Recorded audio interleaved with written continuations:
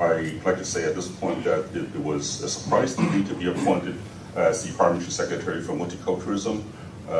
Not many people know what I do, but in brief, when I spoke to the Prime Minister, he said, your job is to look after everybody in Canada who is not an Anglophone, Francophone, First Nation, or Aborigine. So I said, that's more than 50% of Canada's population. So that was one thing.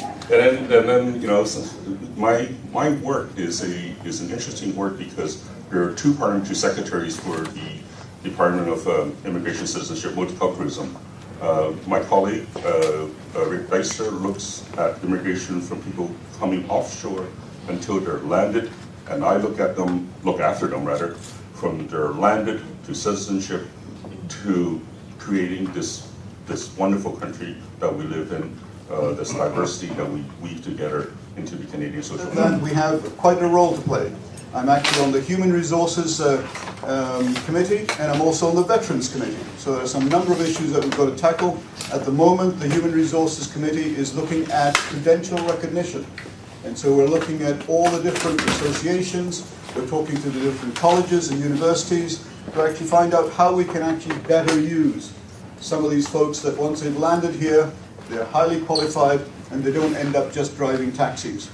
Okay, there are lots of programs and plans. There are accelerated programs at Centennial College, where, by the way, I taught, and also Ryerson University is one of the universities I've been working with. I'm also a graduate from U of T, so there are a number of connections to the university systems that are looking at accelerated programs, ways of actually getting the qualifications validated here, and also, in many cases, working through the internet system to actually assess your qualifications before you even get here, so that you aren't totally disappointed. So there's a lot of work, even though we're backbenchers, there's a lot of work that can be done and will be done through some of us that are familiar with the cultural structures, etc. of Canada. And as far as I'm concerned, this is the best country in the world. It's been very good, and for me, as a first-generation Canadian, to be able to come in, stand, run for politics, and end up in Parliament is phenomenal. I serve on the Industry Committee as well as the Ethics Committee, and as Joe mentioned, his committees are doing lots of good work, as are mine. And these committees are all focused on meeting the same agenda and objectives that our Prime Minister espouses day after day after day. Most importantly, to keep our economy strong and create jobs. And out of that drives every other agenda item that is important to this country. And so I'm excited to have a place in that as well, because I think it's fair to say that every time we meet as committees, something positive comes out of those committees, and we have a tangible and important role to play in ensuring that we help to support and ensure that the Prime Minister's agenda is met.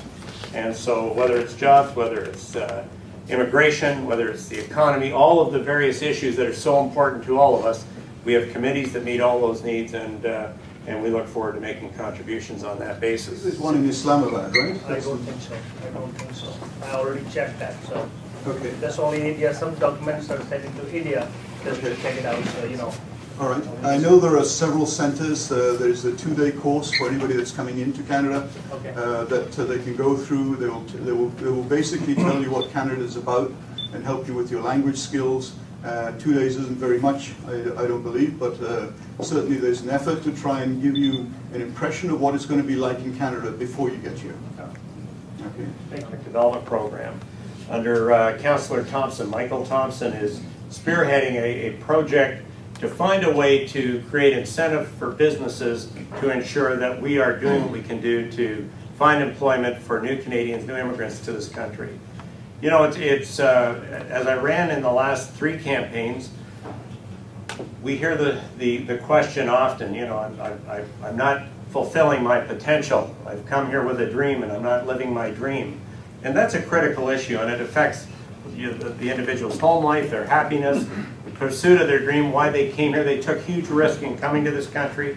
And I think it's incumbent on us as Canadians to find a way that when somebody is accepted to this place and has come to Canada to start a new life, to begin anew, that we have to do everything we can to find a way to ensure that they are able to fulfill that dream. In Don Valley West, just one very small microcosm where we have a very large diversity of population and culture groups and backgrounds and ethnicity, we started our own very small Economic Development Council, where I had a meeting about, I want to say it's 3 weeks ago. Time since May 2nd has flown, but it was about 3 weeks ago. I met with 12 business people, all of whom are successful in this riding specifically. And we brought them together with a number of the different social agencies, including the City of Toronto and Councillor Chungsen and his team, to find out what can we do. We need ideas from the business people who are doing the hiring, who have the employee bases, companies with hundreds of employees, right in this riding. What can you do if we work with you, or what ideas do you have to help us ensure that people with dreams can be employed in this city and in this country? And we received tremendous feedback. We're going to have a second meeting on it. These ideas are flowing now. Councillor Thompson and his team have been incredibly helpful. There's a job fair happening here in Don Valley West very soon. It's going to be very large, sponsored by the city, and we hope that over the course of time that we can make a difference. And it's a difference that happens because we as newly elected officials make a decision to help. That's why we've done what we've done. All for different reasons, all with different backgrounds, but with a common purpose at the end of the day, to do a job to represent the people that put us in office.